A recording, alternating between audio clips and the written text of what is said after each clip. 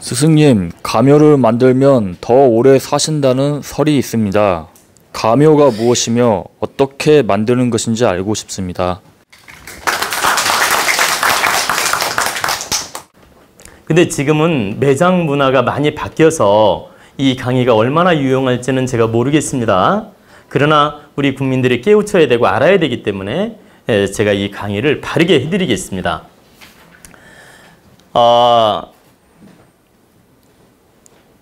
가묘를 할 때는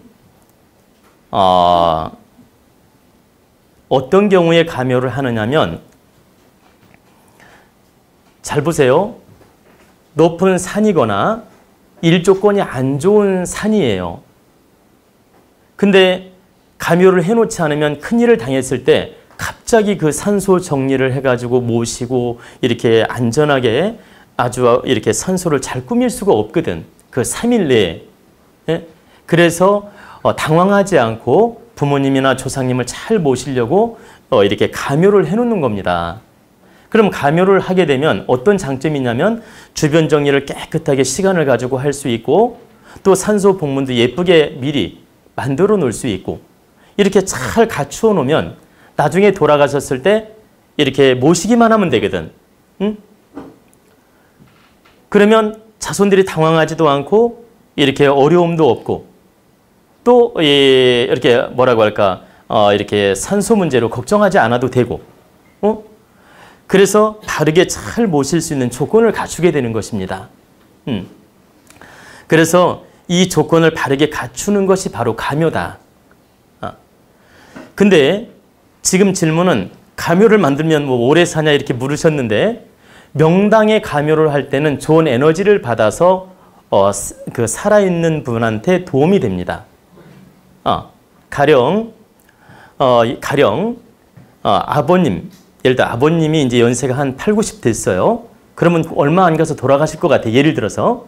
그러면 미리 이렇게 좋은 명당을 찾아서 가묘를 해놔요. 이렇게 산소 복문도 만들어 놓고 해놓습니다.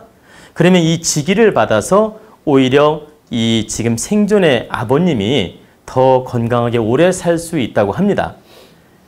근데 그 이유는 이 명당 자리의 기운을 받아서 더 힘을 받아가지고 더 건강하게 오래 살 수 있다, 이 뜻이에요. 그러면 이게 100% 그러냐? 100% 그런 것은 아닙니다. 천성적으로 타고난 수명대로 대부분 살고 있고, 천성적으로 받은 운명대로 갑니다. 대부분은 천성대로 타고난, 그래 하늘로부터 받은 운명대로 가는데, 이 명당 자리를 잘 가묘를 해놓게 되면 이 기가 전달되어서 건강하게 사는 날까지 더 오래 살 수 있다는 거죠. 안 아프고. 이 가묘를 만들면 80살 살 뻔히 100살까지 산다, 이건 아니라는 얘기입니다. 그런데 이분이 수명이 예를 들어서 보십시오. 90살까지 타고났는데 명당에 가묘를 잘했어요. 그러면 이 복으로 몇 년은 더 살 수도 있는 겁니다. 그런데 몇 년은 더 살 수도 있겠지만 이 가묘를 했다고 해서 100살, 120살까지 사는 건 아니다. 그리고 여러분들이 알아둬야 될 건, 좋은 명당에 가묘를 해두면 그 기운을 받아서 생존에 계신 아버님이 힘을 얻게 돼서 더 건강하게 살 수 있고, 살더라도, 그리고 수명도 조금은 연장이 될 수도 있다. 그러나 이 가묘를 명당에 했다고 해서 뭐 10년, 20년씩 명을 연장하는 건 아니다. 그리고 혹시라도 그렇게 생각하지는 말라는 거죠. 근데 한 10% 정도는 도움이 될 수 있다. 이렇게 이해를 하시면 됩니다. 그리고 흉당에다 이제 가묘를 했어요. 나쁜 자리에다가. 그러면 이 탁한 에너지가 이 생존에 계신 분한테 오게 됩니다. 그래서 명대로 살더라도 더 고통받게 돼요. 더 건강이 안 좋아지고, 더 고통받다가 생을 마감하게 됩니다. 그리고 명이 90살까지 살 운명인데 이 감요를 해놨을 때 오히려 몇 년 더 짧아질 수도 있어요. 그리고 설령 명대로 살더라도 고통스럽게 돌아가셔요. 이 지기 때문에.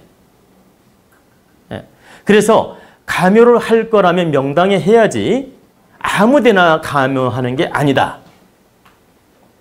여러분들이 내가 한 10%라고 하니까 지금 작게 느껴질 수 있는데 굉장히 큰 겁니다. 이 10%의 기운이 왜 크냐? 젊은 사람한테는 그게 10%가 크지 않을 수도 있는데 보세요. 연세가 많으시게 되면 기운이 약해져요. 여러분들 아시죠? 한 80, 90살 산 사람의 기운하고 40, 50세 된 분하고 기운이 같아요? 다르죠? 모든 에너지는 나이가 먹을수록 떨어집니다. 그러면 연세가 드신 분이 10% 아군을 맞이한다. 그럼 퍽퍽 표가 나는 겁니다. 그러니까 기운 다운이 표가 팍팍 나는 거예요. 여러분 새 차는요. 어디가 조금 하나 고장이 나도 별 문제 없어요. 표가 안 나. 근데 한 20년 된 차가 어디 나사 하나만 빠져봐도 어떻게 돼요? 아니 어디 조금만 고장 나보라고 예를 들어서. 그래도 표가 팍팍 나죠? 그잖아요. 덜그럭대고. 근데 새 차는 어디 조금 문제가 있어도 별로 표도 안 나. 그것처럼 제가 말씀드리는 건 연세가 8, 90 되면 에너지가 많이 다운되기 때문에 10% 영향만 받아도 그 에너지는 대단히 크다. 그래서 이 감요를 하려거든 좋은 자리에 해야 된다. 단지 편리 위주로 내 편리하려고 아무데나 그냥 쉽게 일하자는 마음으로 명당이 아닌 거 알면서 감요를 한다는 건 매우 어리석은 일이다. 이건 아버님을 돕는 것도 아니며 조상님을 돕는 게 아니다. 그리고 여러분들 중에 혹시 감요를 하게 되면 감요하는 방법이 있어요. 좋은 명당 자리에 감요를 하더라도 봉분을 그대로 똑같이 만드는 겁니다. 그냥 이렇게 흙만 한 삽 떠놓는 게 아니고 봉분을 똑같이 진짜 모시는 것처럼 만들고 그 봉분자리 있지. 봉분자리는 땅을 깊이 파놓으면 안 돼요. 모실 자리를 파놓으면 안 된다. 모실 자리는 그대로 놔두면서 봉분만 만들어 놓는 거예요. 속을 파면 안 된다. 속을 파면 기가 보세요. 김 빠진다 그래. 김 빠진다 그래. 지기가 빠진다 이 말입니다. 그래가지고 절대적으로 명당이라 하더라도 그 기운이 다 빨려나갑니다. 무슨 말씀이냐면 그 봉분 속 모실 자리를 파서 관 같은 걸 묻어놓거나 아니면 파놓고 다시 묻거나 하면 김이 다 빠지게 되고 지기가 다 빠져나가서 명당의 의미가 없어진다.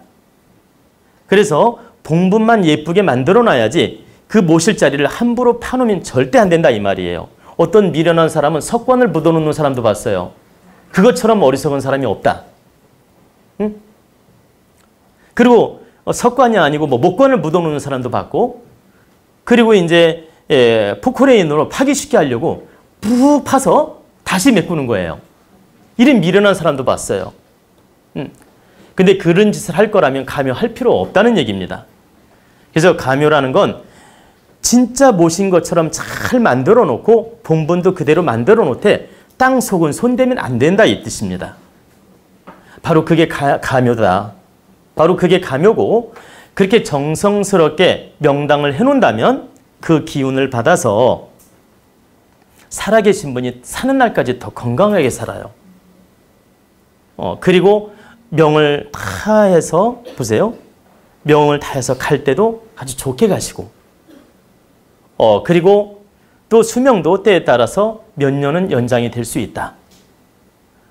그래서 감요가 살아계신 분한테 180도 운명을 좌우하지는 않지만 영향은 줄 수 있다.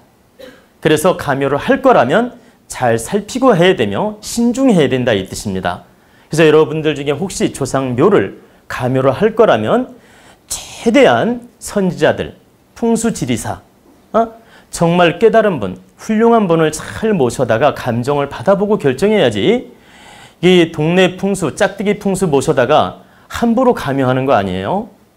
제가 이 말씀을 드리는 이유는 우리나라의 풍수가들이 굉장히 많습니다. 어중이 떠중이 풍수가들이 굉장히 많아요. 이 풍수 공부하시는 분 들으면 조금 자존심 상하게 들을지 모르는데 여러분들 깨우치셔야 돼요. 우리나라에는 풍수 공부를 어중이 떠중이 하는 분이 굉장히 많습니다. 짧은 지식 가지고 남의 산소를 봐주고 이 잘못된 판단을 해주게 되면 그 업을 그 봐주는 사람이 감당해야 돼요. 그래서 남의 산소를 함부로 정해주는 게 아닙니다. 만약에 흉당을 착각해가지고 명당으로 바꿔놓게 되면, 그러니까 제 얘기는 흉당을 잘못 봐서 명당이라고 이렇게 잘못 판단을 하게 되면 그분이 그 흉당에 쓸 거 아닙니까? 그럼 그 업도 후손한테 가지만 본인한테도 온다. 즉 봐준 사람한테도 그 업이 온다는 뜻이에요. 그리고 정말 명당을 바르게 점지해 주게 되면 그 복이 풍수사한테도 오게 돼요. 그 조상도 감사하게 생각하고, 그리고 후손들도 물론 복이 되고. 그래서 제가 이제 이 말씀을 짚고 넘어가는 이유는 우리나라 훌륭한 풍수사들도 참 많이 있어요. 제 얘기는 아주 명풍수도 많이 있다. 그러나 어중이 떠중이 조금 공부해가지고 아는 소리 하는 분이 굉장히 많기 때문에 동네 짝대기 풍수 모셔다가 함부로 감정해가지고 감효할 일이 아니다. 감효를 할 때는 정말 명풍수를 모셔다가 신중하게 해야 된다, 이 뜻입니다. 그러면 그 명풍수를 확인하려면은 여러분들이 쉽게 찾을 수 없잖아요. 그죠? 그러면 인터넷 들어가서 검증도 해보시고 또 그 사람의 경력도 살펴보시고 또 그분이 얼마만큼 지혜롭고 훌륭한 분인지 직접 상담도 해보고 이런 여러 가지 경험을 통해서 여러분들이 바르게 분별을 하셔야 돼요. 특정인을 내가 누가 명풍수고 누가 짝대기 풍수고 이런 말을 할 수는 없습니다. 그러니까 그 판단은 본인들이 스스로 하셔야 되기 때문에 여러분들이 잘 살피고 훌륭한 분을 모셔야 된다. 그리고 이제 한 말씀 더 드리면 저는 정말 제가 존경하는 풍수 선생님이 계세요. 그래서 제가 무려 24년 전에 그 명풍수 아주 훌륭한 풍수 선생님을 모시고 제가 조상님을 이렇게 잘 모신 적도 있고 정말 우리 부모님도 역시 그 참 훌륭하신 그 선생님을 제가 모시고 이렇게 참 감정 의뢰를 하고 모신 적이 있습니다. 그러면 제가 왜 이 말씀을 드리냐면 저 또한 20년 넘게 풍수를 연구하고 공부를 했어요. 저 또한. 그런데도 제 지식 가지고 100% 장담할 수 없어서 그 명풍수를 모시고 그 선생님을 모시고 제가 함께 다니면서 상담도 하고 함께 다니면서 노력을 했습니다. 이 정도로 그 땅을 감정한다는 게 어려운 일이에요. 그래서 여러분들 중에서도 이렇게 저한테 산소 부탁을 하는 경우가 있어요. 이렇게 감정해달라고 부탁하는 경우가 있는데 아주 가까운 분이면 내가 이렇게 마음을 다해서 도와줄 수도 있지만 일반인들한테 돈 받고 감정하러는 다니지 않습니다. 왜 그러냐? 제가 이 가문을 책임질 각오하고 그건 가서 받으려야 되는 일이에요. 그래서 정말 산소를 모시고 싶다고 하면 제가 우리 그 선생님을 제가 소개해드리거나 도와달라고 부탁한 적이 여러 번 있습니다. 그래서 여러분들이 내가 제 얘기를 잠깐 해드리는 이유는 이렇게 명풍수를 만나기가 어렵다는 얘기를 하는 겁니다. 저는 20년 넘게 공부했는데도 제가 스스로 부족함을 느끼는 거예요. 그래서 함부로 이렇게 그 산소에 대해서는 함부로 감정한다 소리를 안 하는 겁니다. 제가 하나만 더 말씀드리면 저는 지금 눈으로 보지 않고 지기를 살필 수 있는 지금 공부를 하고 있어요. 그러니까 10m까지도 내 관법으로서 땅의 깊이의 기운과 땅의 기운을 느낄 수 있는 그 공부를 하고 있다고. 근데 제가 선생님이라고 모시는 분은 10m가 아니라 20m, 30m까지도 그 기운을 느끼시는 분이에요. 그 정도는 돼야 가히 이 풍수를 봐준다 할 수 있는 것이에요. 제가 잠깐 우리 그 공부한 선생님을 말씀을 드린 것은 그 정도로 명풍수가 드물다라고 제가 말씀을 드린 것입니다. 근데 이제 제가 이제 이 풍수 이야기가 나오니까 여기까지 이야기가 나왔는데 여러분들이 감요를 할 때는 함부로 선택하지 말고 정말 풍수를 잘 모셔다가 정성껏 감정을 해보고 바르게 분별하고 판단해야지 이 잘못 감요를 해놓게 되면 득보다 실이 클 수 있다. 그래서 여러분들이 꼭 참고하셔서 감요를 하는 일이 생기면 정말 신중하게 행하라고 말씀을 드린 것입니다. 아시겠죠?